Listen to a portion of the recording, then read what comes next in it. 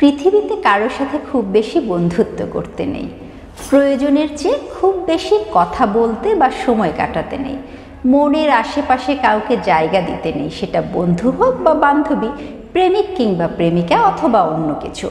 এক কথায় মানুষ শব্দটাই মনের আশেপাশে রাখতে নেই, কাউকে নিজের কমফোর্ট জোন বানাতে নেই, খুব বেশি আসক্ত হতে নেই। কারণ যখনই আপনি কারো কাছে স্বস্তি পাবেন, শান্তি পাবেন, কাউকে আপনার কমফোর্ট জোন ভাবতে শুরু করবেন, ঠিক সেই মুহূর্ত থেকে আপনার জীবনে ভালো থাকার মেয়াদ শেষ হতে শুরু করবে।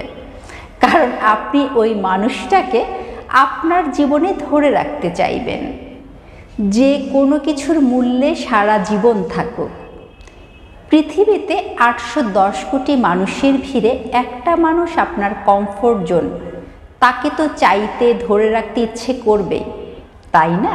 এটা দোষের না, কিন্তু এসবের মাঝে আপনি আপনাকে হারিয়ে ফেলবেন। সমস্যাটা শুরু এখানেই। বন্ধু হিসেবে তাকে আপনি কয়দিন ধরে রাখতে পারবেন? কয়েক মাস, কয়েক বছর, একদিন তার জীবনে অন্য কেউ আসবে, আপনি হারিয়ে যাবেন একটু একটু করে। আর ভালোবাসার মানুষ করে, সে হয়তো সেই নজরে আপনাকে কখনো দেখেইনি, অথবা হারানোর ভয়ে আপনি কখনো তাকে বলেই উঠতে পারেননি, কিন্তু তবুও দিন শেষে সে হারাবেই। সে হয়তো কোনোদিন জানবেই না আপনি তাকে নীরবে নিভৃতে ঠিক কতখানি আঁকড়ে রাখতে চেয়েছেন, তাকে ঘিরে বাঁচতে চেয়েছেন।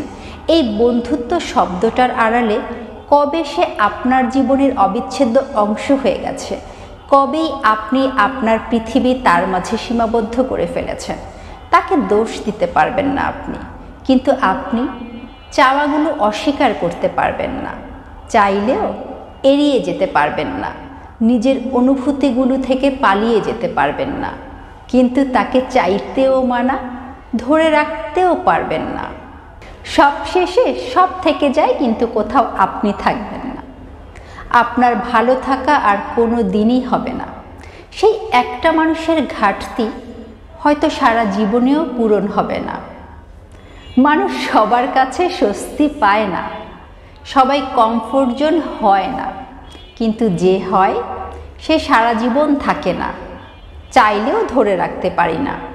এরা কিছু মুহূর্তের স্বস্তি দিয়ে আমাদের বদঅভ্যাস তৈরি করে, তারপর খুব প্রিয় যন্ত্রণা হয়ে হারিয়ে যায়। খুব কম মানুষের ভাগ্যেই তারা সারা জীবন ধরে রাখা জুটে, অথবা সারা জীবন কমফোর্ট জোন হয়ে থাকে। কিন্তু সেই ভাগ্যবানদের লিস্টে আপনার নামটা নেই, হয়তোবা আমার নামটাও নেই।